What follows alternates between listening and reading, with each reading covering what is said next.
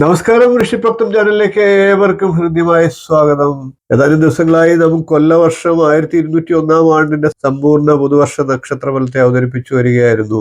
അശ്വതി മുതൽ പുണർദം വരെയുള്ള നക്ഷത്രക്കാരുടെ ഫലത്തെ പറഞ്ഞു. ഇന്നതിന്റെ തുടർച്ചയായിട്ട് നമുക്ക് പൂയം നക്ഷത്രക്കാരുടെ പുതുവർഷ ഫലത്തെ പറയാം.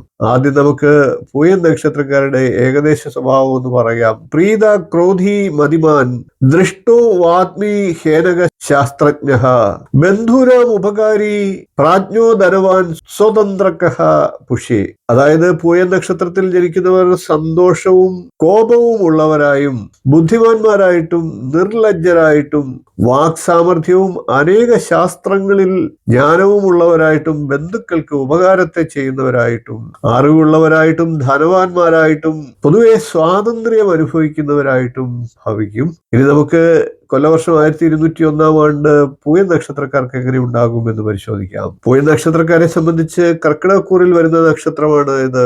കർക്കിടകക്കൂറിൽ മാത്രമാണ് പൂയം നക്ഷത്രം ഉൾക്കൊള്ളുന്നത്. അതായത് മുഴു നക്ഷത്രം എന്നർത്ഥം. 12ാം ഭാവത്തിലും ജന്മരാശിയിലുമായിട്ടാണ് വ്യാഴത്തിന്റെ ഈ വർഷത്തെ സ്ഥിതി. 9ൽ ശനിയും 8മത്തിൽ രാഹുവും 2ൽ കേതുവുമാണ്. അതുകൊണ്ട് തന്നെ പ്രായണ അനുകൂലമല്ലാത്ത കാലമാണ് എന്ന് തന്നെ പറയണം. വിജയങ്ങളൊക്കെ കരസ്ഥമാകണമെങ്കിൽ അനായാസമായിട്ട് ഉണ്ടാകില്ല.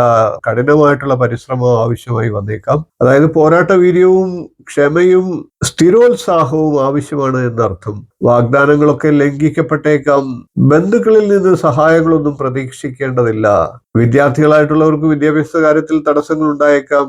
ന്യായമായിട്ടുള്ള ആവശ്യങ്ങൾ നേടിയെടുക്കുന്നതിന് പോലും വളരെയധികം ത്യാഗങ്ങളും സമരങ്ങളും ചെയ്യേണ്ടതായി വന്നേക്കാം. സുഹൃത്തുക്കളൊക്കെ വഞ്ചിക്കുന്നു എന്ന തോന്നലും ഉണ്ടായേക്കാം.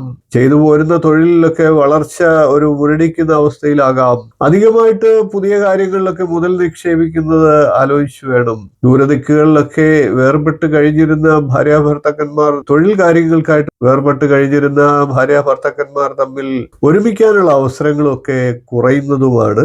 വീട് നിർമ്മിക്കുന്നവർക്കൊക്കെ ചില തടസ്സങ്ങൾ ഉണ്ടാകാനുള്ള സാഹചര്യങ്ങളുണ്ട്. ചെറിയ നേട്ടങ്ങളും ന്യായമായിട്ടുള്ള വരുമാനങ്ങളും ഒക്കെ ആശ്വാസമേകുന്നതുമാണ്.